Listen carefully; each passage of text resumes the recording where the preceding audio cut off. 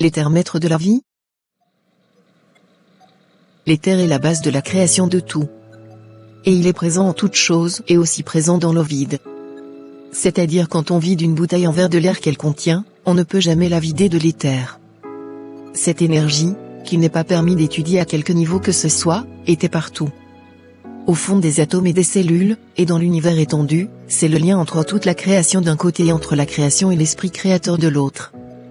L'éther est la source de toutes les énergies que vous avez étudiées et même celles que vous n'avez pas étudiées. C'est la source de l'électricité, c'est la source d'attraction et d'opposition, ou ce qu'on appelle le champ magnétique. Mais si nous savions utiliser l'éther, notre vie deviendrait facile, car nous contrôlerions toutes les forces de la nature et même les maladies au point de les éliminer complètement. Les habitants de l'ancien monde connaissaient le secret de l'éther et l'utilisaient dans leur vie, et grâce à lui, les civilisations ont prospéré. Aujourd'hui, on nous dit que ce ne sont que des mythes, de la révélation, de l'imagination. Non, nous ne parlerons pas de la civilisation Mu ou de la civilisation de l'Atlantie, nous ne parlerons que de royaume de Nimrod et de royaume du prophète David et de son fils Salomon. Et le royaume des cornes, les civilisations mayas et aztèques, les anciennes civilisations égyptiennes, les civilisations du peuple arabe et d'autres civilisations. Elles ont prospéré et ont connu le progrès de la technologie et nous sommes toujours incapables d'en atteindre la moitié. Pierluigi Jonas dit, la matière se transforme en énergie et l'énergie se transforme en matière. Et peut-être que tout le monde connaît la loi sur la conservation de l'énergie. Dans tout système isolé, l'énergie ne parle ni ne meurt, elle ne peut que se transformer.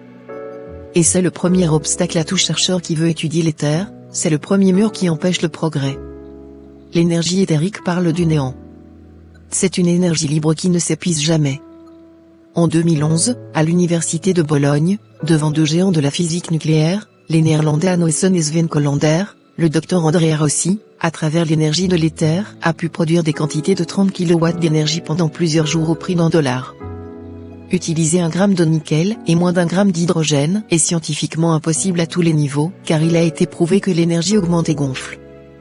Et que sortir du domaine de l'électricité éthérée est bien plus grand que le revenu.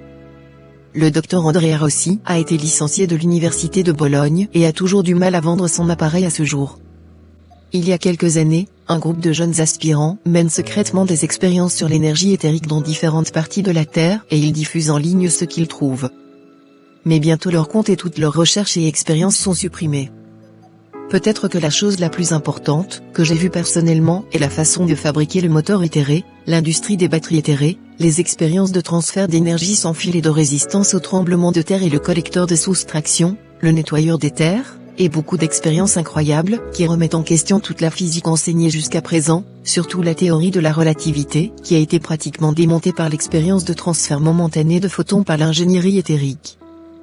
Peut-être que le nom le plus important, qui me vient à l'esprit, est le scientifique canadien John Hutchison, qui grâce aux ondes longitudinales a pu soulever des matériaux solides, lourds et divers. Il a également développé la machine Magorana en faisant fondre un morceau de métal placé sur un morceau de papier sans brûler le papier. Comment a-t-il pu aussi réaliser la fusion la plus étrange entre un morceau de bois et un morceau de fer?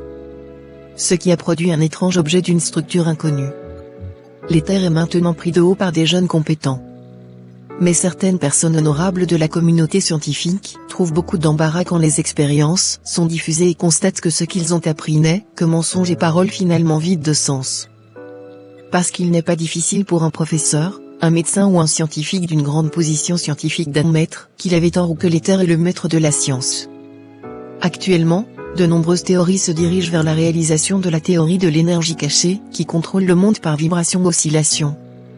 Il est important de noter que le mouvement de l'éther est la base de la vie, et tant que l'éther coule dans un fluide vital, la vie sur Terre continue.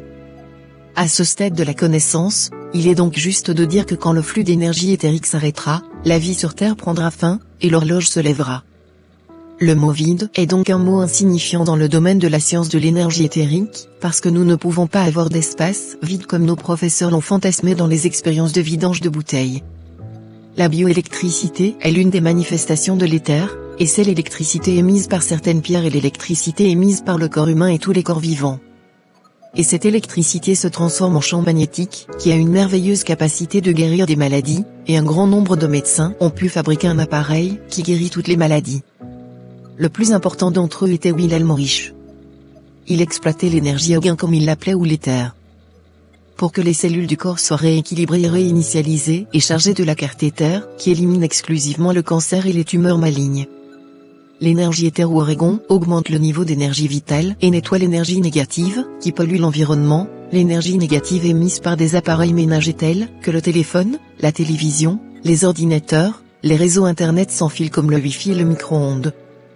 Mais pour être honnête, il y avait un autre scientifique autrichien avant Reich, qui menait des expériences scientifiques dans le domaine de la bioénergie appelé Franz Anton Mesmer. Il a mené des recherches et des expériences sur l'énergie du corps humain, mais il est entré en collision avec la communauté scientifique qui l'a supprimé.